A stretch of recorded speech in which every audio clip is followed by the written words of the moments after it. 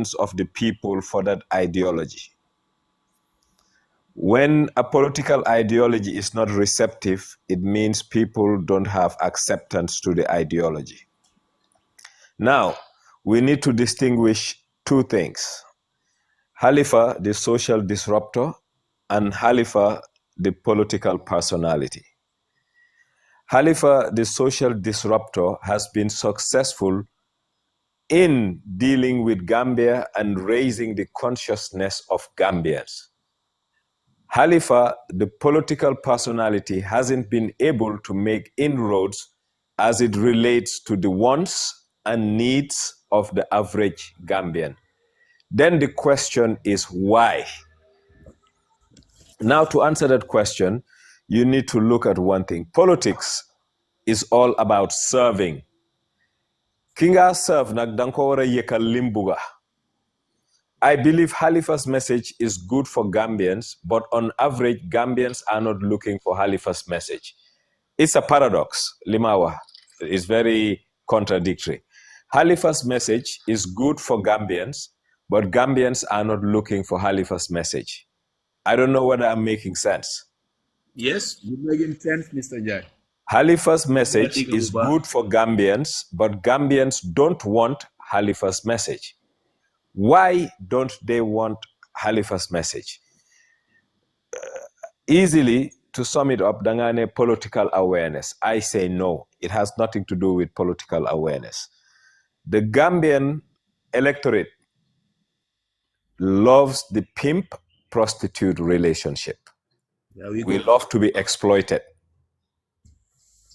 Dañoo ek ci ay moto feesal ko waxuma moto as in just vande. I'm talking about camion talk sako and the risk we take. But we're happy doing that, number one.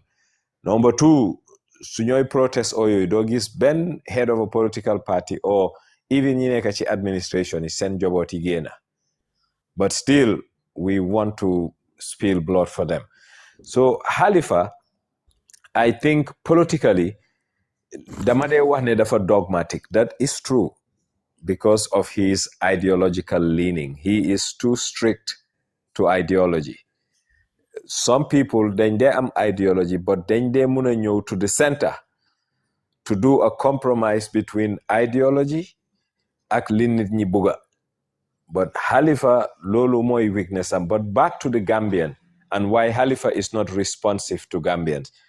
Moine, Halifa is still ahead of his time relative to the mindset of the Gambian electorate. The message he is giving is not the message the Gambian electorate wants. In as much as his message is good for them, they don't want it. Now, if Halifa was a classical politician, because I know he's a smart man, dina gis ne message is not getting across the way he wants the message to get across. Then what can he do to twitch his position to try and get across to people? That will have to have a compromise on ideology. And Halifa is not ready to compromise ideology. And so long as he's ready to compromise ideology across to the average Gambian. So what does that mean? Halifa need to be on pause until Gambia gets to a certain time, mu wax ak Gambians at a broader scale. But we are dealing with life. Halifa is not here for perpetuity. Yes, the party will be here. But DOI as a party, Halifa as an individual, Gambia is not ready to receive the message they have. But as politicians, I am of the view ne, liñ wara njëkka def moy to gain people. So, and it's not flip-flopping. Because power, daf la jox influence. Without power, you get admiration. So Halifa is admired, but he is not influential because he lacked the requisite tool called power. So now, if I was in his shoe and I sit down at the drawing board, Damane, I will compromise to gain influence, and once I gain influence, the coercive nature of power will make people gravitate towards my ideology. and man lolu la gis ne betay Halifa munuta cross line bobu, and that has been his problem from inception to date. And Halifa probably is one of the smartest Gambians, but in as much as he is a smart guy, power has eluded him because he is strict to what he thinks, how he wants to do it. Hey, Asha. He is strict to what he thinks and how he wants to do it. And in politics, there is one common word: the end justifies the means. This has nothing to do with ethics. This has nothing to do with morality. But I'm not being a philosopher. Politics is the second oldest profession apart from prostitution. And the reason why he said that, politics definitely need consensus and compromise.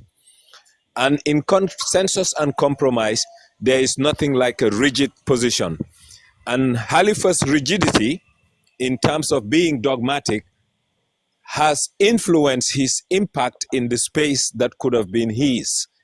Because limo wax baax na pour nit ñi, but unfortunately nit ñi paregut pour limo wax. So what he needed to do, simply as far as Nyang is concerned, ñëw fekk si nit ñi fiñ nekka, then su amee doole mu ensure, because once nga am doole, people will gravitate to you. Foofu la Halifa waroon a lifin. So when I say the end justifies the means, is a little bit of flexibility to attain power. Then once he attained power, he uses the coercive nature of power to not impose, because that will be dictatorial, but to influence. Thank you.